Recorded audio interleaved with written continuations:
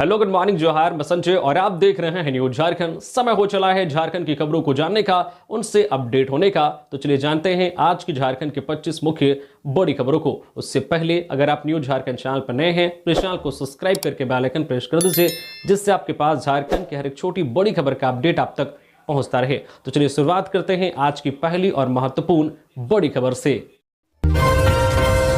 झारखंड में बदला मौसम का मिजाज। रांची, बोकारो समेत कई जिलों में तेज हवाओं के साथ झमाझम बारिश। पलामू में वज्रपात से एक की मौत। आज भी पूरे झारखंड में बारिश, आकाशीय बिजली का अलर्ट।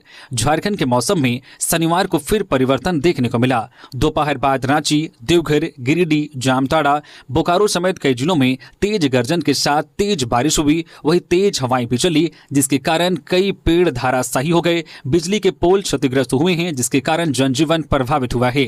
मौसम विभाग ने राज्य के सभी जिलों में पहले ही येलो अलर्ट जारी किया था। वहीं पलामू में वज्रपात से एक नाबालिग लड़के की मौत हो गई। पलामू के हुसैनाबाद थाना क्षेत्र स्थित जमुआ पंचायत के माधे कचहरी गांव के पास शनिवार को वज्रपात से 17 वर्षीय ओम प्रकाश चंद्रवंशी की मौके पर ही मौत हो गई।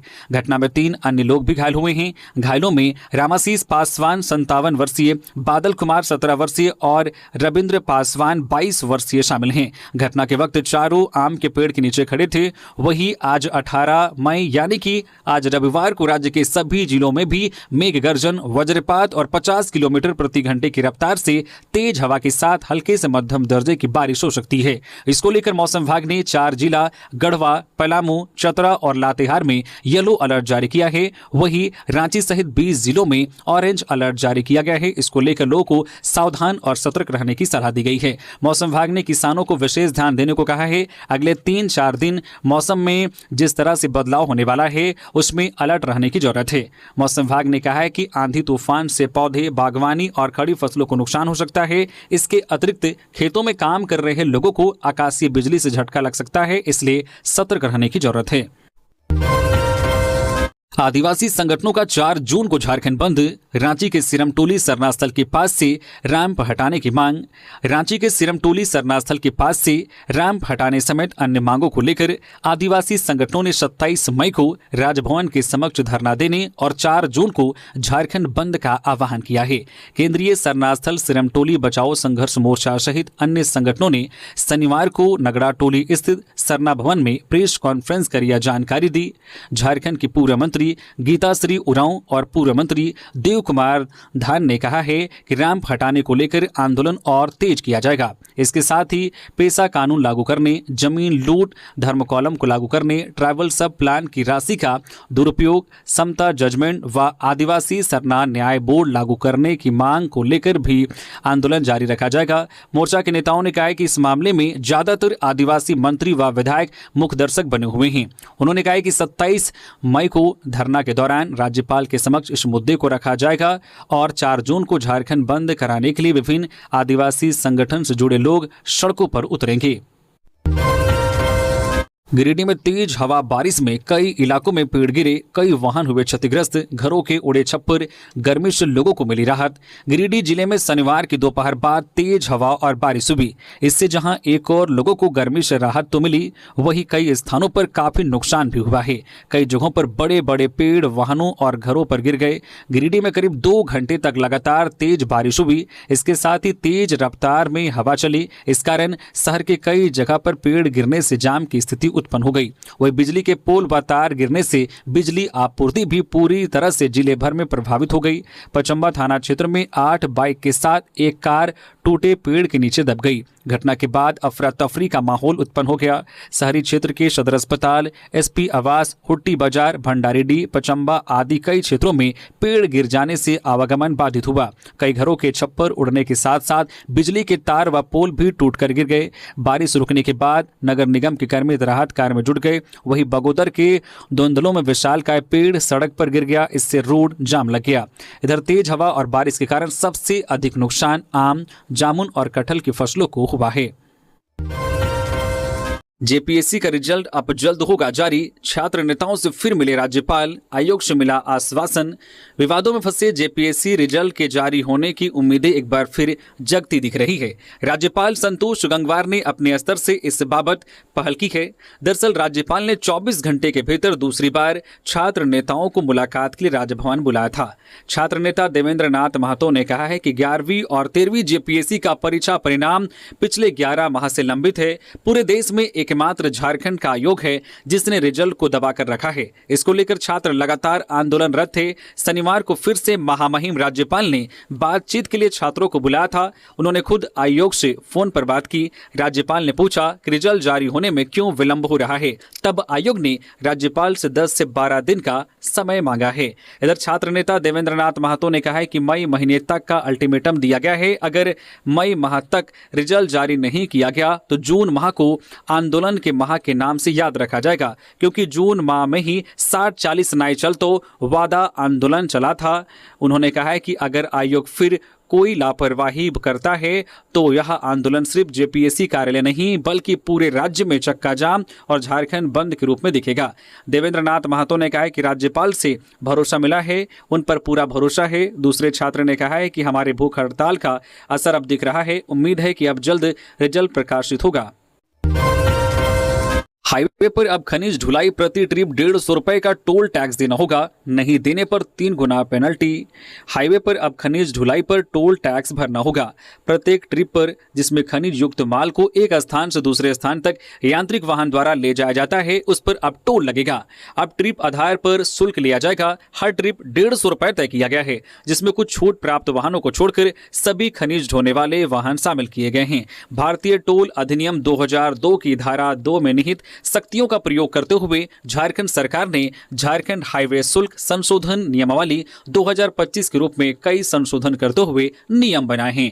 पथ निर्माण विभाग ने इस संबंध में अधिसूचना जारी कर दिया है। यह पूरे झारखंड राज्य में विस्तृत होगा। इसके तहत यदि कोई यांत्रिक वाहन उपयुक्त शुल्क का भुगतान नहीं करता है या नियमों का उल्लंघन करता है तो अधिकतम 3 गुना पेनल्टी देनी होगी। शुल्क न भरने की स्थिति में मूल्यांकन प्राधिकार द्वारा दंड निर्धारित किया जाएगा। यदि शुल्क जमा नहीं किया जाता है तो 15 दिन के भीतर 3 गुना दंड लगाया जाएगा। 15 दिन बाद वाहन जब्त किया जा सकता है। वाहन मालिक संचालक को राज्य सरकार को शुल्क देना होगा। दंड के खिलाफ अपील मूल्यांकन अधिकारी के समक्ष की जा सकती है। पलामू में पुलिस और टीएसपीसी के बीच मुठभेड़, 2 उग्रवादियों को गोली लगने की आशंका, 10 लाख का इनामी कमांडर शशिकांत फरार। पलामू में पुलिस और टीएसपीसी के बीच मुठभेड़ हुई। मुठभेड़ में 2 उग्रवादियों के घायल होने की आशंका है, साथ ही उग्रवादी उन्हें लेकर फरार हो गए। पुलिस को खुफिया सूचना मिली थी कि टीएसपीसी का 10 लाख का इनामी कमांडर शशिकांत गंजू का दस्ता कोई बड़ी वारदात करने की योजना बना रहा है। एसपी अभियान राकेश कुमार सिंह के नेतृत्व में मैनातू के होटवार जंगल में सर्च अभियान चलाया गया। उग्रवादियों ने पुलिस टीम पर फायरिंग शुरू कर दी। पुलिस ने भी जवाबी कार्रवाई की। मुठभेड़ के बाद पुलिस ने मौके से कई सामान बरामद किया। एसपी रिश्मा रमेशन ने पुष्टि की है कि मुठभेड़ शशिकांत के दस्ते के साथ हुई। यह पिछले 16 दिनों में शशिकांत के दस्ते के साथ दूसरी मुठभेड़ है।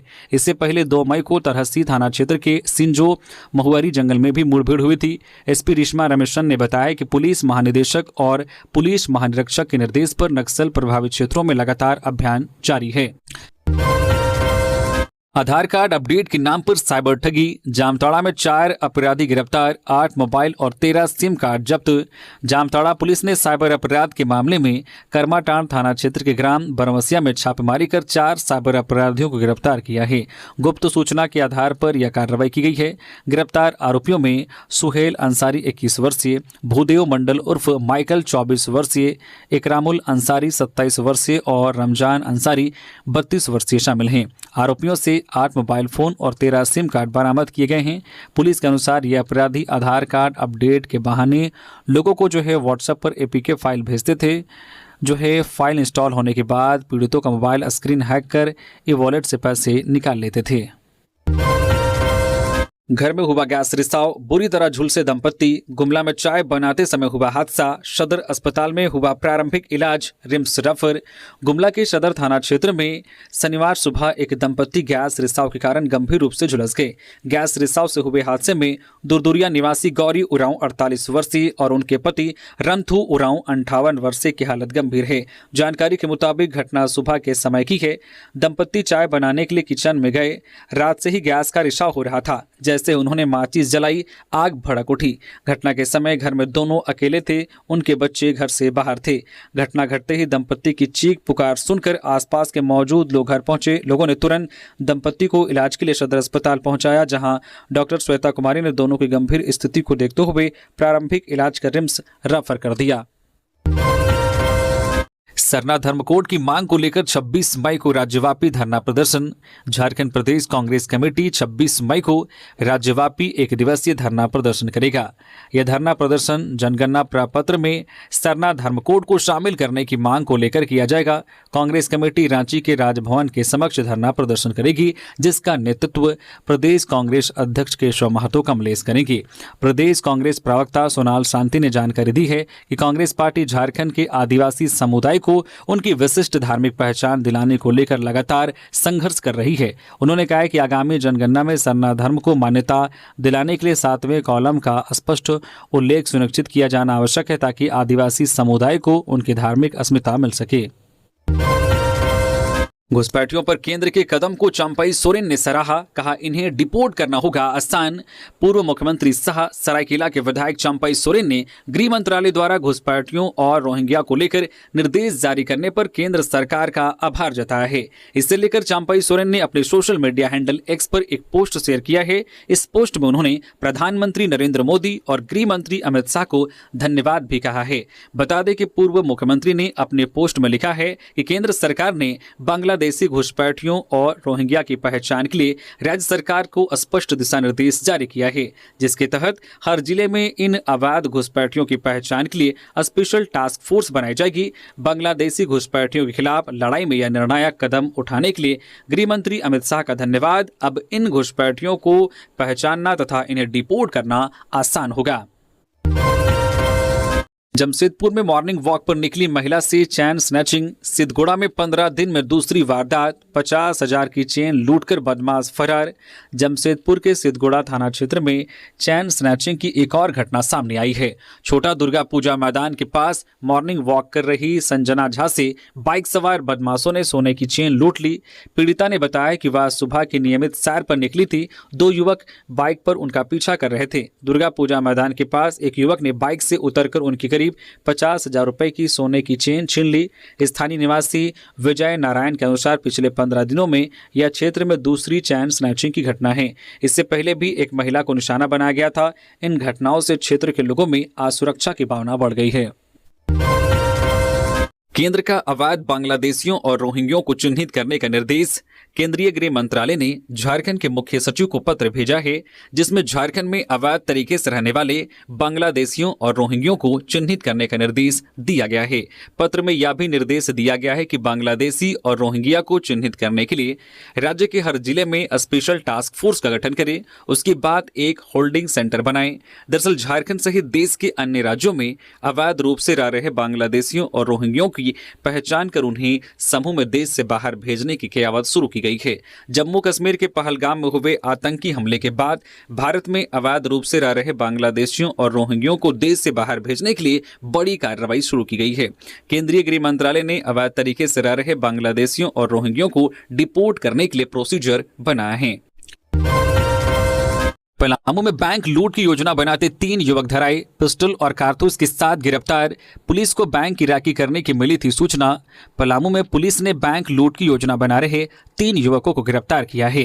लेसलीगंज थाना क्षेत्र में शुक्रवार को पुलिस को गुप्त सूचना मिली थी कि ढेला चौक के पास ग्रामीण बैंक के आसपास कुछ अपराधी राखी कर रहे हैं। पुलिस ने मौके पर पहुंचकर तीनों को गिरफ्तार कर लिया।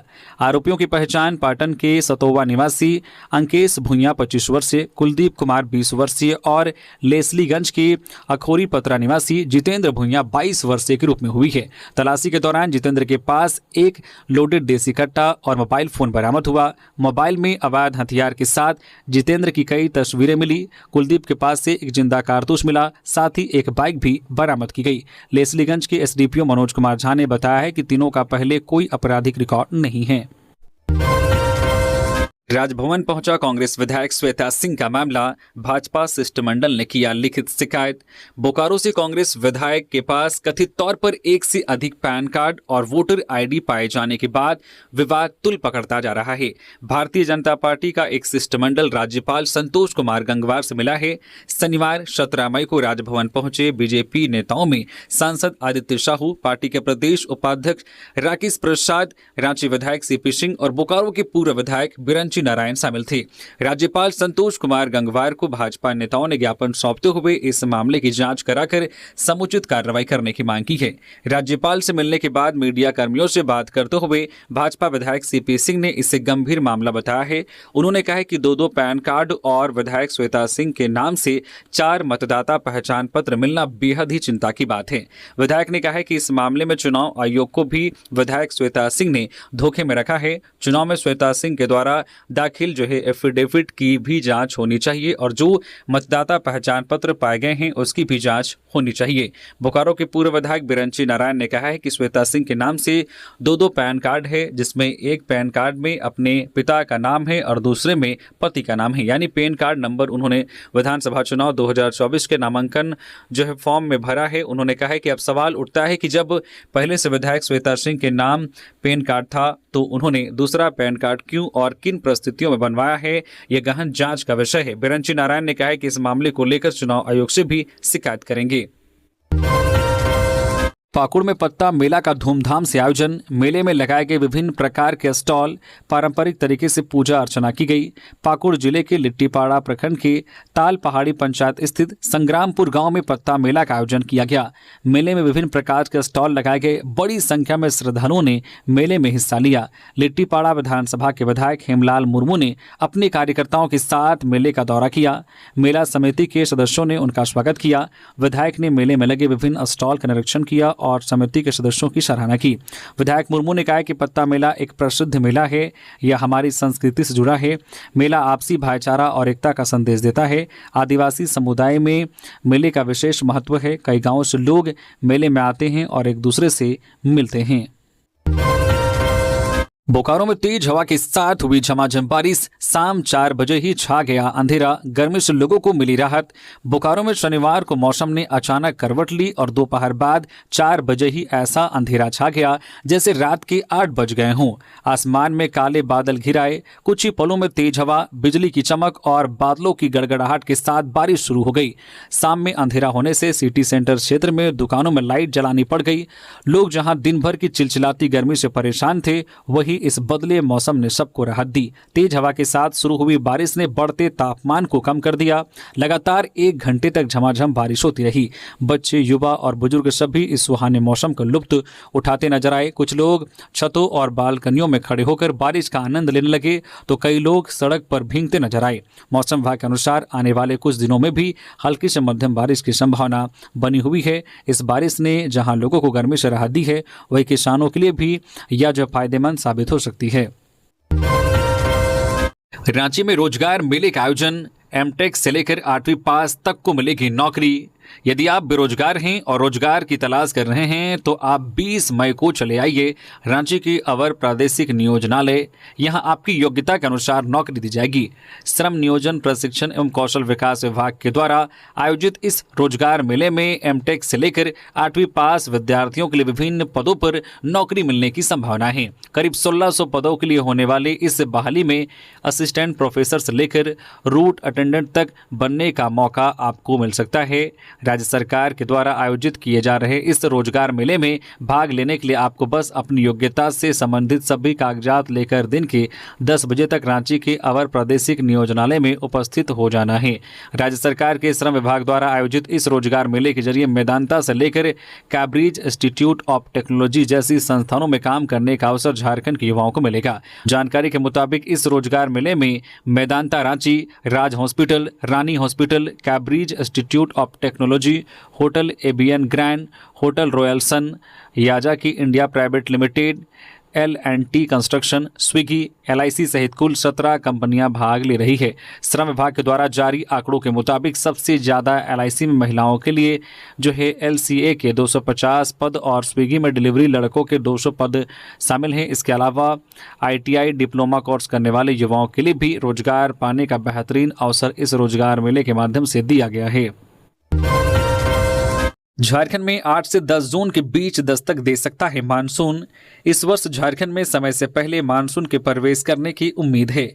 ऐसा इसलिए कि मानसून समय से 5 दिन पहले ही श्रीलंका के आधे हिस्से पर काबिज हो चुका है। इसके 26 मई तक केरल तट तक पहुंचने की संभावना है। ऐसे में झारखंड में भी मानसून 5 दिन पहले 8 से 10 जून के बीच दस्तक दे सकता है। हालांकि यहां मानसून के आने का समय 10 से 15 जून तक रहता है। मौसम विभाग के अनुसार राज्य में इस साल मानसून मजबूत रहने की संभावना है। करीब 5% अधिक बारिशों की। मौसम वैज्ञानिकों के अनुसार बीते वर्षों के दौरान मानसून आगमन की गतिविधियों के आकलन के आधार पर अभी कुछ कहा नहीं जा सकता। वैज्ञानिकों के मुताबिक केरल तट से झारखंड समेत उत्तर भारत की ओर बढ़ते समय मानसून को कई तरह की गतिविधियों से गुजरना पड़ता है। इसके आगे बढ़ने के दौरान कई कारक हैं जो उसे प्रभावित करते हैं। इस बार मानसून के श्रीलंका में आगमन की 22 से 26 मई के बीच समय सीमा निर्धारित है, लेकिन 17 मई तक यहां श्रीलंका के दक्षिणी भाग पर काबिज हो चुका है। बाबूलाल का ऐलान, शराब नीति के खिलाफ होगा आंदोलन। नेता प्रतिपक्ष बाबूलाल मरांडी ने सरकार की नई शराब नीति का विरोध किया है। आरोप लगाया है कि सरकार अपने चहेतों को लाभान्वित करने के लिए इस नीति को लाई है। भाजपा इसका पूरे प्रदेश में प्रबल विरोध करेगी, प्रखंड जिलों तक आंदोलन करेगी। बाबूलाल मरांडी ने कहा है कि नई शराब नीति माफियाओं को खुली छूट देने की साजिश है। इस नीति के तहत नीलामी यूनिट के आधार पर होगी, जिसमें एक व्यक्ति या समूह अधिकतम 12 यूनिट ले सकता है। इससे एक व्यक्ति या समूह एक जिले में 48 दुकानें और राज्य में 140 दुकानें ले सकता है। बाबूलाल मरांडी ने कहा है कि इस नीति से कारोबारी पूरे राज्य की शराब दुकानों पर कब्जा और एकाधिकार स्थापित करेंगे। इससे राज्य के शराब व्यापार पर कुछ चुनिंदा नामों का खुला नियंत्रण होगा। बाबूलाल मरांडी ने कहा है कि इस नीति से राज्य को राजस्व की भारी क्षति होगी। साथ ही बेरोजगार, छोटे उद्यमियों और ग्रामीणों के लिए इसमें कोई जगह नहीं है। बाबूलाल मरांडी ने कहा है कि अगर सरकार सचमुच रोजगार देना चाहती है तो एक व्यक्ति को एक दुकान की नीति लागू होनी चाहिए। इससे शराब व्यापार में समानता और पारदर्शिता आएगी। उन्होंने यह भी सुझाव दिया कि अधिसूचित क्षेत्रों में जनसंख्या के अनुपात में दुकानों को आरक्षित किया जाए। ग्रामीण महिलाओं को प्राथमिकता दी जाए जो सड़क किनारे हड़ियां बेचने को मजबूर हैं। दुकान संचालन में परिवार की प्रत्यक्ष उपस्थिति अनिवार्य की जाए। कोडरमा में KTPS में बालू सप्लाई को लेकर विवाद। बरही और बरकट्ठा विधायक के समर्थक भिड़े। दोनों पक्षों ने पुलिस को दिया आवेदन। कोडरमा के जयनगर में KTPS में 1600 मेगावाट बिजली उत्पादन का निर्माण कार्य चल रहा है। प्लांट में बालू सप्लाई को लेकर दो पक्षों में विवाद हुआ।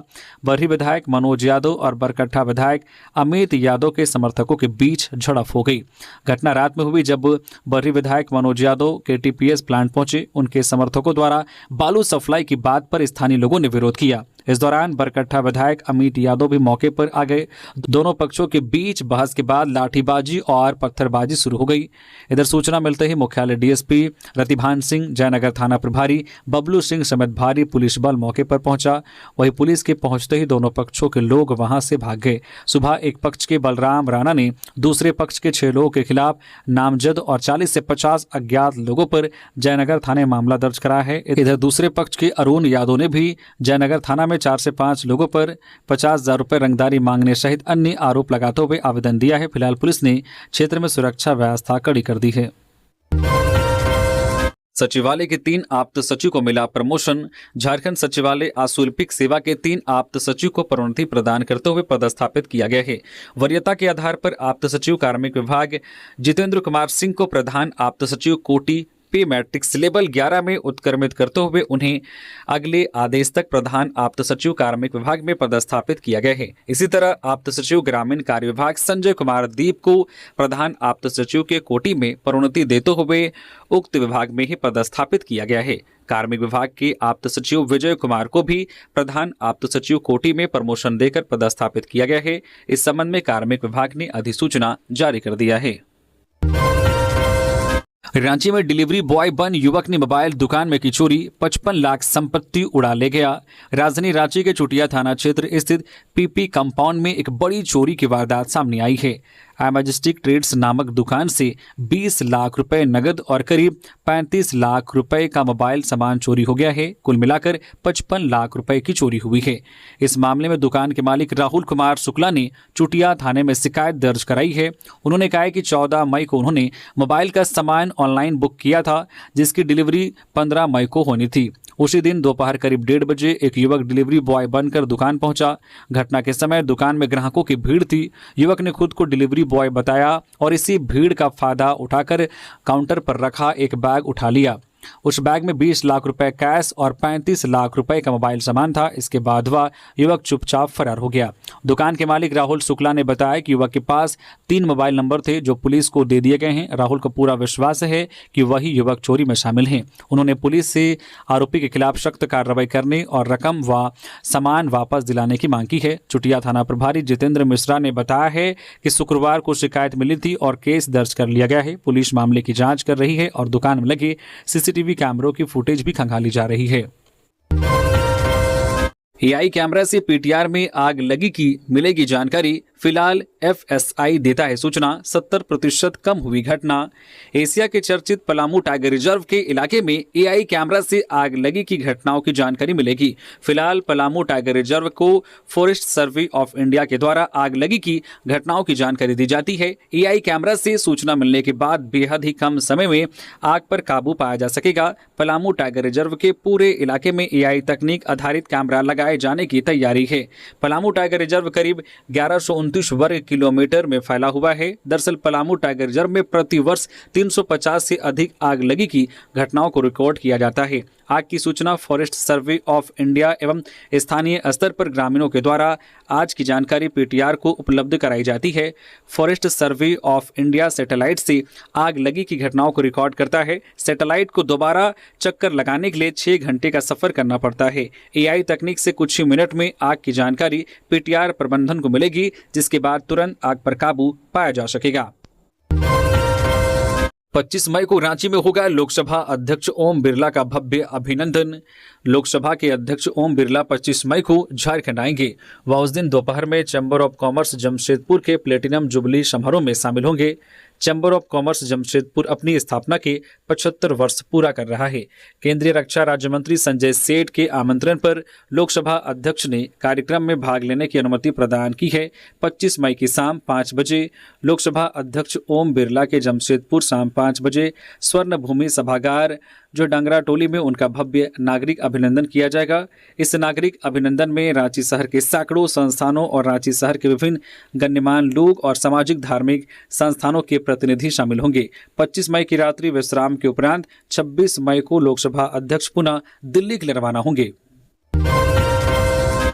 बोकारो में नाबालिग से दुष्कर्म, कपड़े की दुकान में काम करने वाली छात्रा से मालिक ने किया दुराचार, गिरफ्तार। बोकारो स्टील सिटी के सेक्टर 9B रोड पर एक कपड़े की दुकान में काम करने वाली नाबालिग छात्रा के साथ दुकान मालिक ने दुष्कर्म किया। आरोपी दुकान मालिक अजीत पांडे 34 वर्षीय को पुलिस ने गिरफ्तार कर लिया है। पीड़िता की मां बेबी देवी ने हरला थाने में शिकायत दर्ज कराई।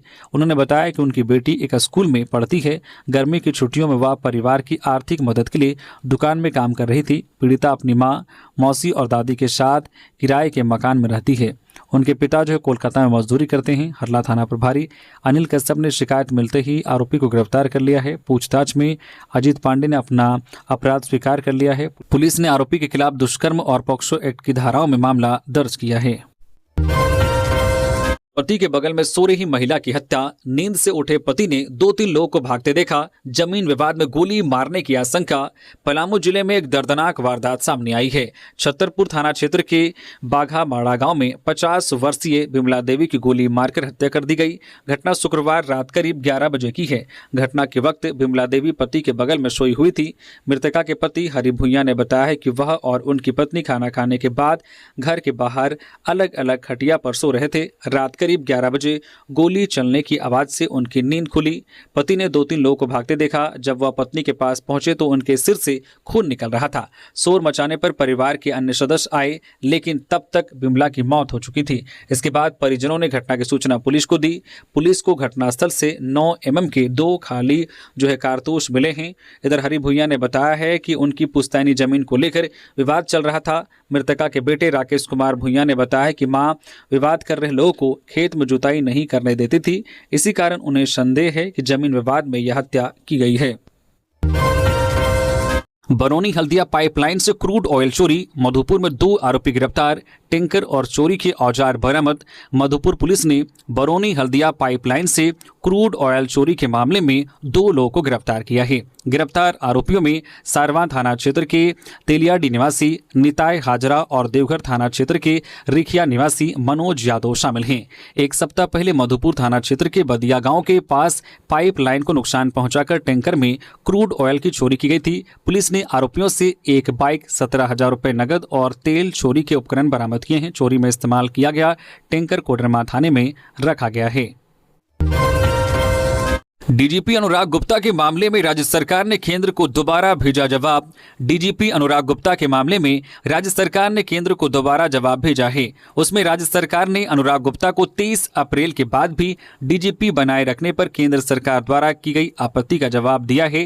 राज्य सरकार ने विभिन्न नियमों और अन्य राज्यों की नीतियों को कोट करते हुए अनुराग गुप्ता की नियुक्ति को जायज ठहराया है।